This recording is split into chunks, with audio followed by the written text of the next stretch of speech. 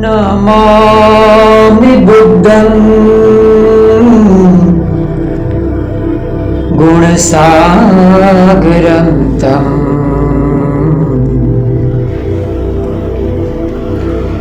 सत्ता सदा होन्तु सुखी अवेरा कायोजिगुच्छो सकलो दुगंधो गच्छन्ति सब्बे मरणं महश्च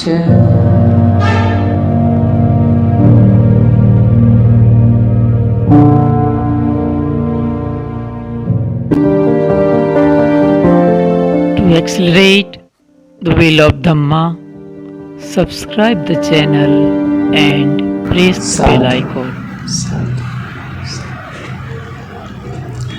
शुरू करने से पहले भगवान तथागत सम्यक संबुद्ध को पंचांग प्रणाम करता हूँ।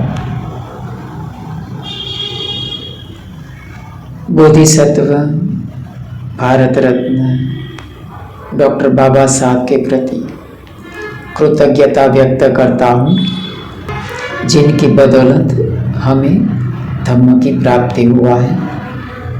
और इस चैनल व्हील ऑफ धम्म को देख रहे सभी श्रद्धावान उपासक उपासिकाओं के प्रति मंगल मैत्री व्यक्त करता हूँ। साधु साधु। भगवान बुद्ध ने गृह त्याग क्यों किया था? उन्होंने कुदरत की राजरमत को भांप लिया था।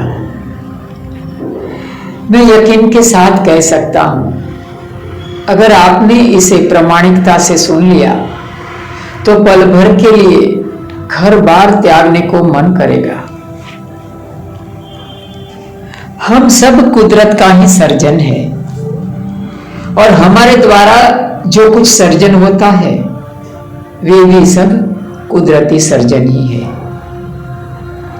चाहे कंप्यूटर हो, आर्टिफिशियल इंटेलिजेंस एआई हो, चाहे आयुर्वेदिक मेडिसिन हो या एलोपैथी, हमारे द्वारा लैब में बनाए जाते रसायन भी कुदरती ही है।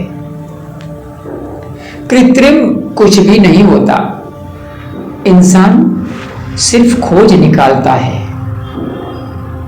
खोज निकालने का अर्थ अकुदरती नहीं होता। वे सब अनादि काल से था और अनंत काल तक रहेगा। हर भौतिक चीज एक माध्यम से निर्मित होती है। इंसान माध्यम बनता है तो वो चीज कृत्रिम नहीं बन जाती। नुकसानकारक या विनाशकारी होने का मतलब यह नहीं है कि वो अकुदरती है। हमारे हाथ में कुछ नहीं होता। हम मुसाफिर मात्र है। समय और घटनाएं हमें प्रतिक्षण धक्का दे रही है अनजान भविष्य की तरफ। जीवन एक वन वे जैसा है, जहां रुकना या पीछे मुड़ना नहीं होता। सब पता होने के बावजूद भी मशीन के हाथों मरने को तैयार हो जाएंगे हम। आंखों में आंसू होंगे लेकिन मार्ग सुखदायक मालूम पड़ेगा, ताकि मौत रूपी मंजिल हमारे में शंका पैदा ना कर सके। क्या आप जानना चाहेंगे कि आर्टिफिशियल इंटेलिजेंस का परिणाम क्या आएगा? सुख रूप की दुख रूप? आपके जवाब पर निर्भर करेगा परिणाम। चलिए हम सब अपने आप को पहचानते हैं। हम कैसे हैं? किसी को बताना नहीं है, खुद को प्रश्न करना है और खुद को ही जवाब देना है।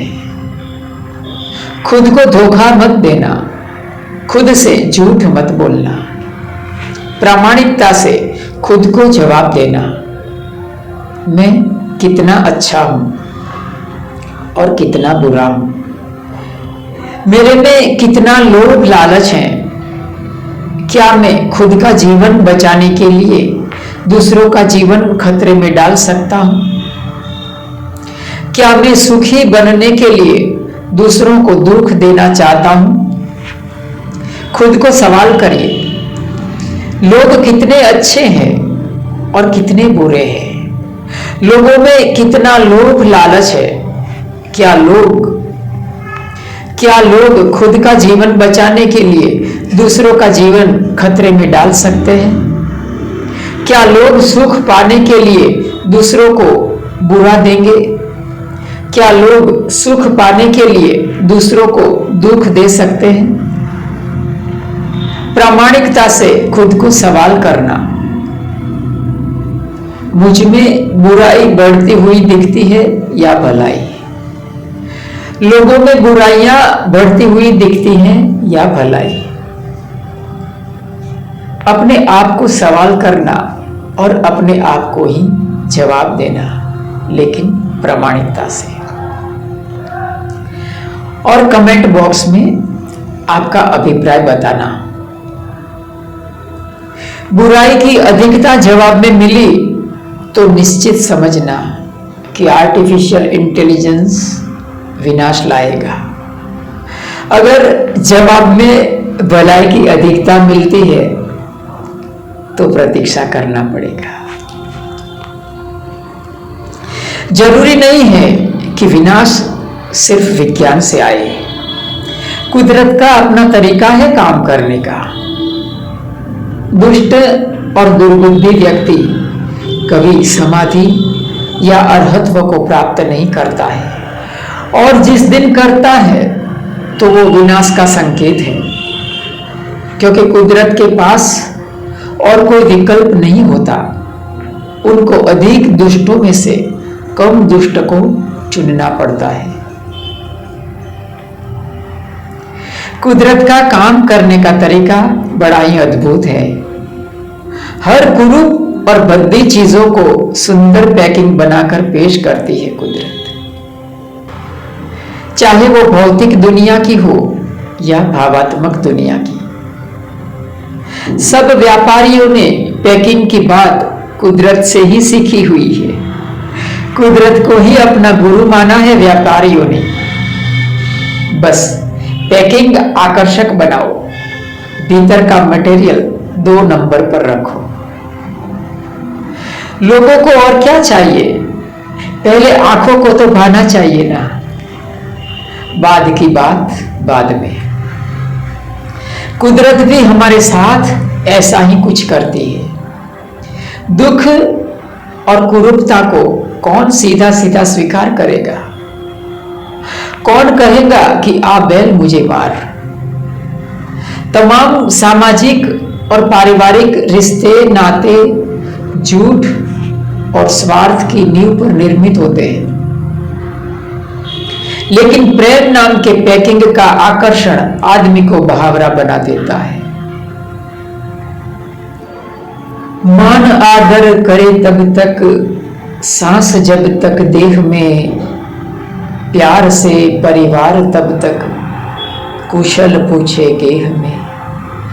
प्राण पंछी दे उड़ारी, तन से उड़ जाता जभी, देख कर डरते सभी जो प्यार करते थे कभी। हम और आप सब भीड़ का एक हिस्सा है। उस भीड़ का नाम है समाज। प्याज के छिलके उतारते जाइए, अंततः हाथ कुछ नहीं लगेगा। सामाजिक पारिवारिक रिश्तों की एक के बाद एक परतें खोलते जाइए, अंत में स्वार्थ और झूठ नजर आएगा। क्या जरूरत थी बुद्ध और महावीर को निष्क्रमण करने की? वे कुदरत के कारस्तान को समझ गए थे। कौन है आया कहां से, कौन तेरी जात है, कौन जननी जनक तेरा, 4 दिन का नात है, जो भी आए सब गए, तेरी क्या औकात है। 4 दिन की चांदनी है, फिर अंधेरी रात है। पति पत्नी का रिश्ता क्या है? एक ट्रांजैक्शन। प्रेम नाम के आकर्षक पैकिंग में पैक एक सौदा मात्र। दोनों की शारीरिक जरूरियात प्रेम से पूरी करना ही प्रेम है। सोशल मीडिया से प्रभावित मत होना। लोग चाटा खाकर गाल लाल रखते हैं। लोग बेचैन हो जाएंगे। सत्य से आंख चुराते चुराते कब्र आ जाएगी। लेकिन उनसे आंख मिलाना नहीं चाहेंगे, क्योंकि जानना मात्र पीड़ादायक मालूम होता है। बहुत कड़वा लगेगा, क्योंकि यह जीवन का एक मीठा लेकिन झूठा आश्वासन है। पैरों तले से जमीन सरक जाएगी अगर जान लिया कि प्रेम और भगवान की अवधारणा झूठा आश्वासन मात्र है। आदमी बुद्ध महावीर की जमात में मिलने पर मजबूर बन जाएगा। आदमी खुद के कर्म की जिम्मेदारी खुद उठाना नहीं चाहता। परिणाम स्वरूप सत्य मर जाता है। प्रेम और भगवान पैदा हो जाते हैं। पाप धोने की व्यवस्थाएं पैदा हो जाती है। इसीलिए प्रेम को कच्चे धागे की उपमा दी जाती है। इसीलिए प्रेम को कच्चे धागे की उपमा दी जाती है। झूठा आश्वासन इस कच्चे धागे की सुरक्षा करता है। धागा कच्चा है, लेकिन सुरक्षा ए ग्रेड की है, क्योंकि धागे के टूटने के साथ साथ नींद भी टूट जाती है और ख्वाब भी टूट जाते हैं। आप किसी शादीशुदा जोड़े से पूछना कि संतान क्यों पैदा करते हैं। वो कहेंगे कि बुढ़ापे में हमारा सहारा बने, इसीलिए। संतान बड़ा हो जाएगा, शादी हो जाएगी, उनकी नजर माता पिता की धन संपत्ति पर होती है। ख्वाब बदल जाते हैं। ससुराल माता पिता से ज्यादा महत्वपूर्ण हो जाता है। सब युवान माता पिता बनने के बाद बच्चे को उपदेश देते हैं, माता पिता की सेवा बड़ा धर्म है। और दूसरे के माता पिता उनकी बातों का समर्थन करते हैं। सोशल मीडिया पर यही चल रहा है। सोशल मीडिया पर माता पिता की सेवा को लेकर एडवर्टाइज चलती है। याद रहे, एडवर्टाइज उसकी करनी पड़ती है जिसका प्रचलन नहीं होता। यह सब बुरा नहीं है। मेरा मतलब उनकी बुराई करना नहीं है। बुरा होता तो भला बन सकता था, लेकिन आप सब जगह फरियाद महसूस करेंगे। क्यों? क्योंकि यह एक स्वाभाविक सत्य है। माता पिता चाहते हैं कि पहले सेवा करो, हमारे मर जाने के बाद सब तुम्हारा है। स्वार्थ की नींव पर बसा है ये संसार। आप गौर से देखिएगा। मेरी बात का विरोध माता पिता ही करेंगे, देखना। मेरा आशय वो सामाजिक पारिवारिक मानसिकता को उजागर करना है जिसके कारण बुद्ध और महावीर ने गृह त्याग किया था। युवानी फेसबुक इंस्टाग्राम पर गुलछल्ले उड़ा रही होती है। उनको आदर्शों के साथ कुछ लेना देना नहीं होता। माता पिता बनने के बाद मन के मंजर बदल जाते हैं। सब अपना अपना ख्वाब संजो रहे हैं। एक दूसरे का ख्वाब पूरा करते रहना समाज और परिवार का रिवाज है। कुदरत शक्कर की परत चढ़ाकर कड़वा जहर पिला देती है। च्युइंगम की खोज पता नहीं किसने की है। लगता है वो बड़ा फिलोसोफर रहा होगा। च्युइंगम हमारे रिश्तों को प्रतिबिंबित करता है। शुरुआत में ही थोड़ा स्वाद आता है, उसके बाद श्रम ही शेष रह जाता है। माता पिता, माता बेटा, भाई बहन, लैला मजनू, नाम सुनते ही मन में प्रेम का एक सुंदर चित्र बन जाता है। दूरी और दूसरा प्रेम की भ्रांति खड़ी करता है। फिल्मी कथा कहानियां प्रेमियों की शादी होने पर खत्म हो जाती है, क्योंकि उसके बाद दिखाने के लायक कुछ नहीं बचता। अपने हित को खतरे में डालकर कुछ बातें बताने का प्रयास कर रहा। भिक्षु मुनि या सन्यासी बनने के बाद, भिक्षु मुनि या सन्यासी बनने के बाद तमाम पारिवारिक रिश्ते नाते खत्म हो जाते हैं। भिक्षु मुनि सन्यासी का कोई अपना पराया नहीं होता। तमाम पारिवारिक रिश्तों पर पूर्ण विराम आ जाता है। हिंदुइज्म में तो बहुत रसप्रद प्रक्रिया भी है। सन्यास के साथ माता पिता का पिंडदान भी करवा दिया जाता है, ताकि सन्यासी के मन में बैठ जाए कि माता पिता अब दुनिया में नहीं रहे। सबसे बड़ा बंधन रक्त के संबंधों का होता है। भगवान बुद्ध ने अपने भिक्षु संघ को स्पष्ट कहा है कि भिक्षुओं को एक दूसरे की सेवा करना चाहिए। इसके लिए भिक्षुओं को संघ के साथ ही रहना उचित है, क्योंकि वे परिवार से अलिप्त हो चुके होते हैं।